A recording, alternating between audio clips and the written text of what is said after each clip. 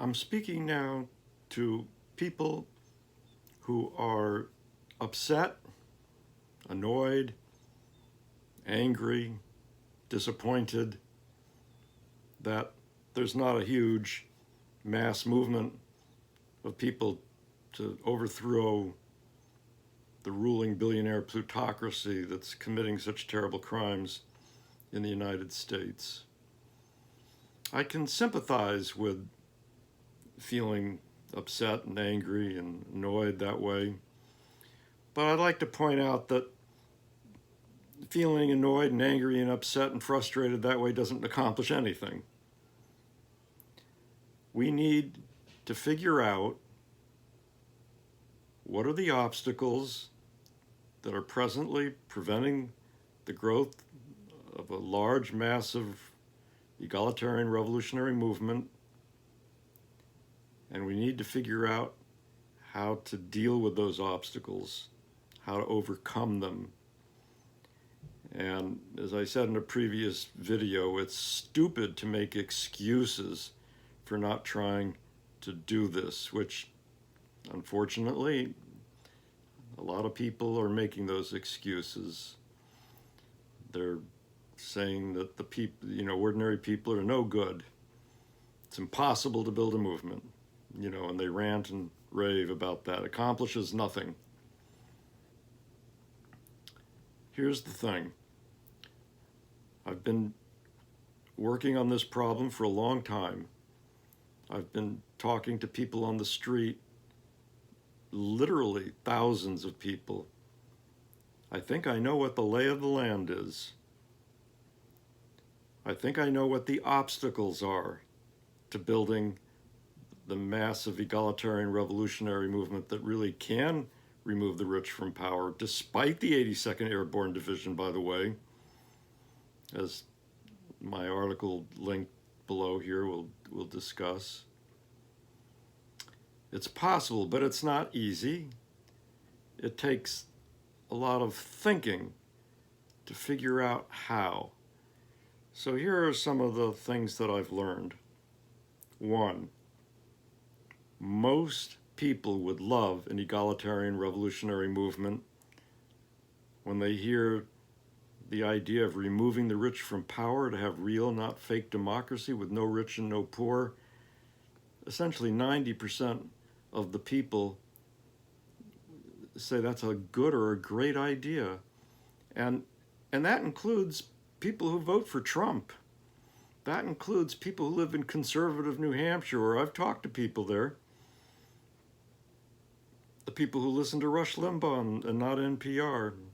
It includes the liberals who are excited or hopeful about, the politicians like Bernie Sanders and Elizabeth Warren and so forth. It really includes almost all ordinary people in the country. On the order of 90% would love this egalitarian revolutionary movement to succeed. But they almost all think that it's impossible. They think there's not enough people who want it because, the mass media censor that idea, so it creates the impression that hardly anybody else does want to remove the rich from power. They see that there's no organizations advocating it. So how can you be particularly optimistic about a goal if you don't even see any organizations advocating it? So the hopelessness is so thick you can cut it with a knife. And because of that hopelessness, people think that the most that they could accomplish is by winning maybe some reform that, still leaves the rich in power, doesn't really solve the big problem. People know that. But they think, well, at least it might make things a little bit better. $15 an hour minimum wage. That's a paltry demand if ever there was one. You can't even live on it, but it's better than $7.50, I guess. There was a demonstration in Boston last week of about 1,000 people that was quite militant. I think it blocked traffic, according to the newspaper here in Boston.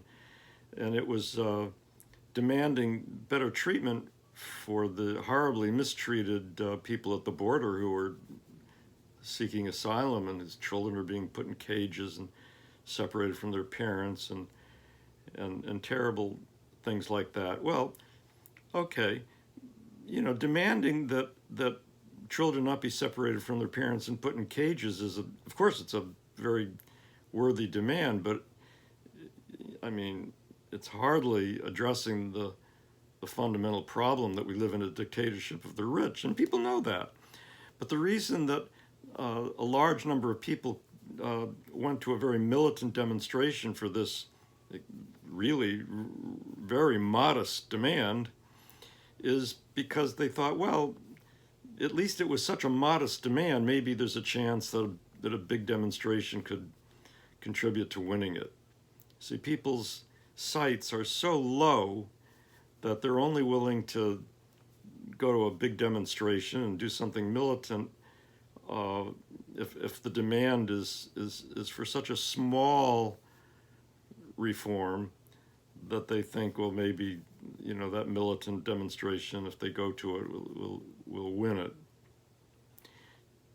But the flip side of the coin is that people feel so hopeless about actually solving the real problem of living in a dictatorship of the rich that if I or you or someone announced a demonstration, at such and such a time and place, demanding that the rich step down and let us have no rich and no poor, you and I know hardly anybody would show up, because people would think that was a quixotic kind of demand that was, so hopeless that it would be foolish to devote any time and energy to going to such a demonstration. You'd probably be the only one there anyway, is what people think. And, if a dozen or so people show up for a demonstration like that, it wouldn't accomplish anything, obviously. And so people won't go to a big militant demonstration if the demand is to remove the rich from power, even though they would love to remove the rich from power. So what I've discovered is that there are some things that people will do, lots of people, around the demand to remove the rich from power, to have real, not fake democracy and no rich and no poor. I've discovered that they will readily sign a statement that says that. I collected 1,021 signatures just in my little neighborhood of Alston Brighton, just a tiny part of Boston, recently, which I'll post the link that explains how that happened. People signed readily. The main thing they asked when they read the statement is, where do I sign? And lately, I've been asking people to pose for a photograph holding a little sign that I've made in front of them that says that they want to remove the rich from power, to have real, not fake democracy with no rich and no poor, and they aim to do that. The sign says, and lots of people are agreeing to pose for the photograph holding that sign. And their pictures are going on to Flickr, which I'll put the link so you can see them. But these people wouldn't go to a demonstration. They would think that would be absurd. Now, part of the reason that people are signing the statement and posing for the photograph is that I'm linking it to winning a particular demand that's just a reform demand that people care very much about, that people are very angry about. And the demand is to get affordable housing for all. And the context of people holding up the sign is that they want to let the rich and powerful know that it's their refusal to create affordable housing for all is leading to something that is very scary to the rich and powerful, namely a movement aiming to remove them from power. So people think it makes sense to hold up a sign and be photographed for the purpose of frightening the rich, which might nudge them into building some more affordable housing. You see, so it's a combination of trying to win a reform, but also saying that with the sign explicitly they aim to remove the rich from power.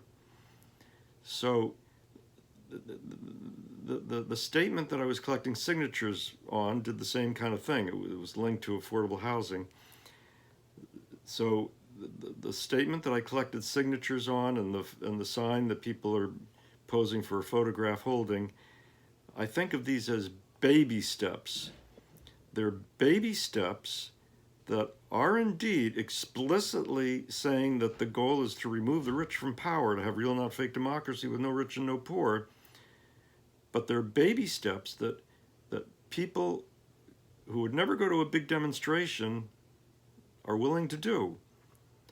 So what I'm suggesting to you is that you think about coming up with baby steps like this that are designed to let people do something that does indeed help to build the egalitarian revolutionary movement. These photographs on Flickr I'm going to advertise in the Boston Globe, the big newspaper, when I have 1,000 or more, that what the sign says and how people can go online and see all the thousands of their neighbors holding a sign saying that they want to remove the rich from power and aim to do it.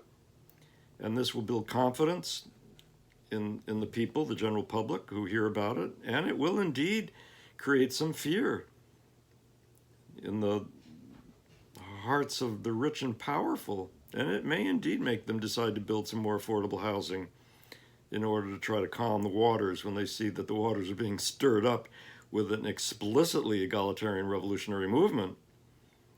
That's something new. They haven't had to worry about anything like that before, because all the progressive organization leaders and all the politicians make sure that the idea of removing the rich from power and have no rich and no poor never gets even mentioned. But now, hey, thousands of people are having their photograph taken saying that that's what they're for, and it gets advertised in newspapers. It's a new game. So there are probably other ways of involving people in proposing that they do something that would develop the egalitarian revolutionary movement, and which they would actually be willing to do in substantial numbers. So instead of just ranting and raving about how upset you are with people and how annoyed you are and how they're not woke and how they're complicit and people are bad and they're blah, blah, blah, and feeling alienated and sort of getting off on that, why don't you start to think about how you can actually engage people in doing something in large numbers that would be visible to the general public, that would help create the conditions which would lead people to think more seriously about doing something more substantial, more militant, more effective, to eventually create the kind of massive movement that is so large and so obviously determined that for the first time the members of the military, the 82nd Airborne Division and so forth, would have reason to believe that if they actually refused orders to attack that revolutionary movement, they would have a good chance of being on the winning side. If they went over to the movement, that they would have a good chance of being on the winning side and not get executed as a traitor for having refused orders to attack the movement, which is what they know would happen now if they refused orders to suppress the small and not that determined yet revolutionary movement. So we have to think about how we can get to the point where we have a large enough and determined enough movement that can really remove the rich from power. And the way to get there is to think about these baby steps, to involve people and to let people see that they're not alone in having this egalitarian revolutionary goal, and let people see that they're not alone in wanting to do something, even if it's just letting someone take their photograph with an egalitarian revolutionary sign that they're holding in front of them. We need to think creatively. So come on, start thinking creatively and stop just ranting and raving about how disappointed you are in people, okay? And please subscribe to my YouTube channel and read the articles that I've written that I'm providing links below to. Thank you very much. Goodbye.